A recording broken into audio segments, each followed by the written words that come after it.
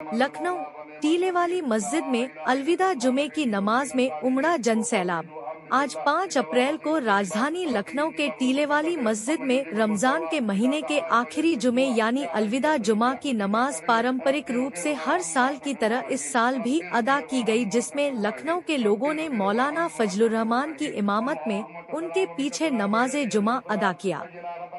गौरतलब है कि गत वर्ष इसी मस्जिद को लेकर हिंदू संगठनों के लोगों ने लक्ष्मण टीला बताकर धार्मिक सौहार्द खराब करने की कोशिश किया था, परंतु प्रशासन की मुस्तैदी व स्थानीय मुसलमानों द्वारा प्रत्येक वर्ष की तरह इबादत कर स्थिति सामान्य हुई।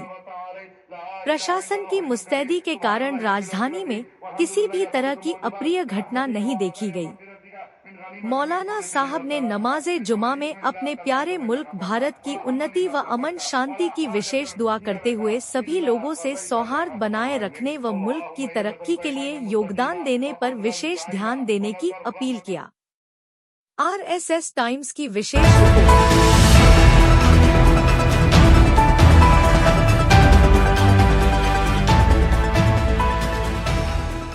जुमतुल विदा, और आज यहाँ बरसों से जुमतुल विदा की नमाज अदा होती चली आ रही है। और इसकी तारीख ये है, जब मस्जिद बन के तैयार हुई थी तो जो पहली नमाज हुई थी वो जुमतुल विदा की हुई थी, रमजान में हुई थी। और दूर दूर से लोग घोड़ों से, बैलगाड़ी से रात ही में आ गए थे और एक खुशी का माहौल था। एक जबरदस्त बड़ी सी मस्जिद बनी थी और उसकी जो नमाज हुई थी तो उसमें एक लोगों में खुशी थी, इसलिए दूर दराज से और वजवार से लोग आए थे और उस वक्त नमाज अदा हुई थी। वही रवायत, वही सिलसिला आज भी कायम दायम है और माशाल्लाह उसी अजीम शान तरीके से और उसी ज़बरदस्त तरीके से जो ये उत्तर प्रदेश में सबसे बड़ी जो जमात होती है ये आज भी हुई है माशाल्लाह। और अल्लाह का करम है, सारे इंतजामात मुकम्मल हो गए थे और हर तरह से प्रशासन से हमारी बातचीत हो गई थी, सारे रास्ते और सारे चीज़ों पे डिस्कशन हो गया था और सारी प्रशासन ने मुझे हर तरह से ये यकीन दिलाया था कि जो जिस तरह से होता चला आ रहा है उसी शान और अजमत के साथ, उसी शान और शौकत के साथ, उसी विकार के साथ, उसी अजीम शान तरीके से नमाज जिससे होती चली आ रही इसी तरह से होगी। आपको याद होगा कि आज से बहुत पहले अलविदा ही के दिन एक साजिश के तौर पे दंगा हुआ था, उसके बाद दूसरे साल फिर दंगा हुआ, तीसरे साल फिर दंगा हुआ। तो ये तो इस जगह की मकबूलियत है, जगह पे फयूज व बरकत हैं कि जो फिर से उसी तरह शान व अज़मत के साथ नमाज होती चली आ रही है। और हर तरह से इस नमाज को, अलविदा की नमाज को डिस्टर्ब किया गया, डैमेज करने की कोशिश की गई, यहाँ के भीड़ को घटाने की कोशिश की, मगर कुरान की आयत है व तो इज़्ज़ु मन तशाअ व तुज़िल्लु मन तशाअ बियदिहिल खैर। हम इज्जत देते हैं, हम जिल्लत देते हैं, न किसी के इज्जत देने से इज्जत मिलती है, न किसी के जलील करने से कोई जलील होता है। और कुरान साफ कह रहा है कि हम इज्जत देते हैं, हम जिल्लत देते हैं। और कुछ लोगों ने शरारत की थी, यही लखनऊ के लोगों ने, कि यहाँ मजमा न हो, इस तरह से अलविदा के मौके पे यहाँ पे दंगा करा दो, यहाँ पे की फजा को मसमूम करा दो, यहाँ के विकार को, अजमत को घटा दो, मगर कुरान कह रहा है वह तो इज़्ज़ु मन तशाअ व तुज़िल्लु मन तशाअ बियदिहिल खैर। हज़रत, आपने जो है अपनी तकरीर में कहा कि आज़ादी की लड़ाई से पहले भी आइम्मा और यहाँ पे तलबा को जो है लटका दिया गया था, थोड़ा उस पर जो है आप। यहाँ जब अंग्रेजों से जंग हो रही थी उस वक्त भी यहाँ एक मदरसा था, बहुत बड़ा मदरसा था, और 80 दिन तक वो जो तलबा थे, स्टूडेंट थे, जो टीचर थे, उन लोगों से जंग हुई और उसमें लोग शहीद हुए। और पीछे जो इमली का पेड़ है, वो तारीखी पेड़ है, उसमें अंग्रेजों ने कच्ची फांसी दी थी। और कच्ची फांसी का मतलब ये होता है कि आपको लटका दिया गया और जिस तरह आपकी कैपेसिटी, जो आपकी ताकत है, उस हिसाब से 2 दिन में, 3 दिन में, 5 दिन में लोग उसी वक्त तड़प के, और जो लाशें थी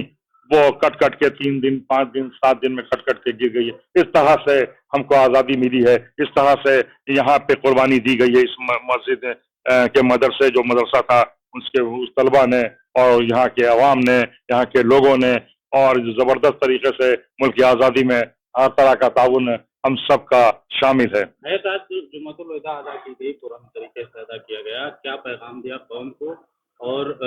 کیا دعائیں کی گئی؟ میں نے عرض کیا اپنے نمازیوں سے، روزے داروں سے، اپنے بھائیوں سے، اپنے مسلمانوں سے